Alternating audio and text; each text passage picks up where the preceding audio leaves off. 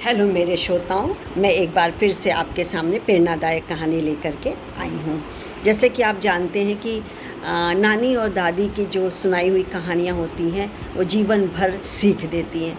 उनका संसार ही बहुत अद्भुत होता है। जो बच्चों को सुनाती हैं वो बिल्कुल एक कहीं परिलोक में चले जाते हैं और वो सोचते हैं कि वही कैरेक्टर का यदि हम किरदार हम निभाते हैं, वो उस किरदार की हम बातें निभाते हैं, करते हैं, आत्मसात कर लेते हैं तो हम भी उसी तरीके से हो जाएंगे। तो इनका तो संसार ही अद्भुत है, बड़ा ही सुंदर है, बहुत ही लुभावना है।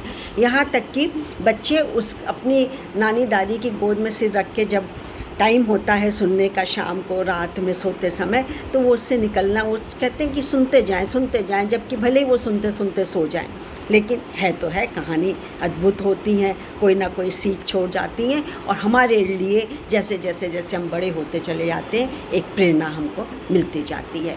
तो इसी श्रृंखला में मैंने एक कहानी का चुनाव किया, अपने पिटारे में से निकाला है कबूतर और बहेलिया की कहानी। तो क्या है कि एक जंगल था, घना जंगल था, और उस घने जंगल में एक बरगद का बहुत विशाल पेड़ था। विशाल मतलब बरगद का तो पेड़ होते भी हैं विशाल, लेकिन वो अद्भुत एकदम विशाल था। और उसमें बहुत सारे कबूतर एक साथ रहते थे और शाम तक जो कि वो अपने दाना चुगने खाने वाने के लिए निकल जाते थे और शाम होते ही वापस लौट आते थे। और उसमें एक बूढ़ा कबूतर भी रहता था जो कि समय समय पे लोगों को सीख भी दिया करता था, सलाह दिया करता था और कबूतर उनकी बात भी मानते थे। क्योंकि देखिए, आप सलाह के 100 शब्द से ज़्यादा अनुभव की एक ठोकर ही इंसान को बहुत मजबूत बनाती है। ऐसा ही अनुभव चाहे ठोकर खा के हुआ हो चाहे कैसे भी, उस बूढ़े कबूतर के पास बहुत ज़्यादा था। खैर ठीक है, ये तो कोटेशन की बात हुई। अब क्या हुआ कि एक दिन क्या हुआ कि एक बहेलिया घूमते घूमते उस जंगल में उस बरगद के पेड़ के पास से गुजरा। देखा कि बहुत सारे कबूतर हैं। बस उसने अपने मन में कुछ सोचा और वहाँ से चला गया। और उस बूढ़े कबूतर ने उस बहेलिया की आँखों में झांक लिया था, समझ गया कि ये अब अच्छी नीयत इसकी नहीं है। 1-2 दिन बाद क्या हुआ कि फिर से वो बहेलिया आया और उसने जहाँ कबूतर रहते थे खूब सारे, एक बरगद के पेड़ के ऊपर उसके नीचे जाल बिछा दिया और जाल में खूब सारे दाने फेंक दिए और खुद जा कर के दूसरे पेड़ के पास छुप कर के बैठ गया। अब इधर क्या हुआ, वो सब कबूतर अपने नियत समय पे उड़ने के लिए तैयार थे कि दाना अपना खाना पीना लेकर के आएंगे। तो जैसे उड़ने लगे तो एक कबूतर की नज़र पड़ी नीचे, बोले अरे आज तो दाना यहीं पड़ा है, हमें मेहनत नहीं करनी पड़ेगी, रोज़ हम लोग कितने दूर दूर ऊंचे ऊंचे उड़ते हैं दाने के लिए, अपने खाने के लिए, आज तो हमको यहाँ मिल गया।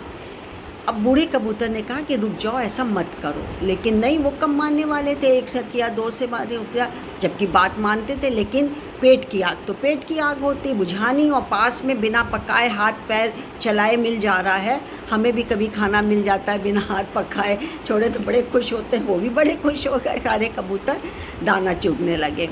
अब दाना चुगते चुगते वो जाल में फंस गए।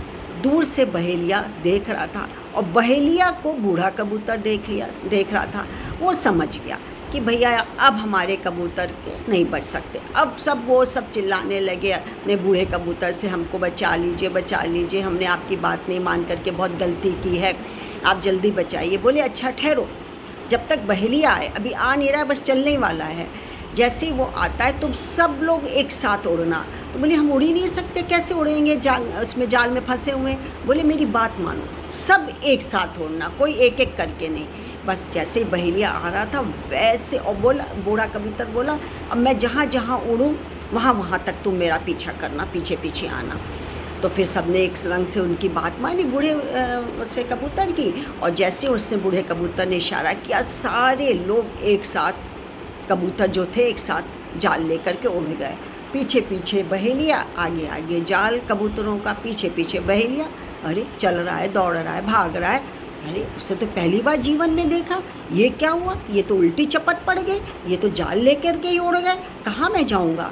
और कबूतर, जो बूढ़ा कबूतर था, वो नदी तालाब पार करते हुए एक पहाड़ी टीले पे, ऊंचे पे जा कर के रुक गया और वहीं पर जाल भी हो गया। जो बाकी कबूतरों का जाल था जो लेकर उड़े थे वो भी उड़ गए। अब क्या है, अब तो जाल काटने की समस्या है। तो बूढ़े कबूतर ने कहा कि ठहर जाओ, टीले पे मैं किसी पर्पज़ से आया हूँ, किसी उद्देश्य से आया हूँ। हमारा लक्ष्य ये है कि यहाँ पर चूहे के बिल हैं। और चूहे से रिक्वेस्ट की, उसने कहा कि ये जाल काट दे। बोले हाँ हाँ, कैसे मुसीबत में तुम लोग आ गए हो, मैं ज़रूर तुम्हारा जाल काटूँगा। और बूढ़े कबूतर से भी कहा कि विनती की कोई ज़रूरत ही नहीं है, मेरे दोस्त हैं, मेरे संगी साथी, और आपकी सहायता करना तो मेरे सौभाग्य की बात है। पट पट पट पट पट पट उसने अपने दांतों से कुतर के जाल को काट दिया और सारे कबूतर उड़ लिए। अब ये तो कहानी यहीं ख़त्म हो गई। लेकिन आपको पता है कि मुझे बताने की ज़रूरत नहीं कि कहानी की क्या सीख मिलती। अरे यही सीख मिलती है, एकता में ही बल है। जब भी मुसीबत में हो, परिवार में हो, परिवार के बाहर हो, आप जॉब करते हो, कहीं भी हो, आप अपनी ताकत से ही दूसरे को जीत सकते हैं। और जिसकी सलाह उत्तम होती है और अब तक आप मानते आ रहे हैं, उसकी बात को कभी मत टालिए, उसकी बात को रखिए।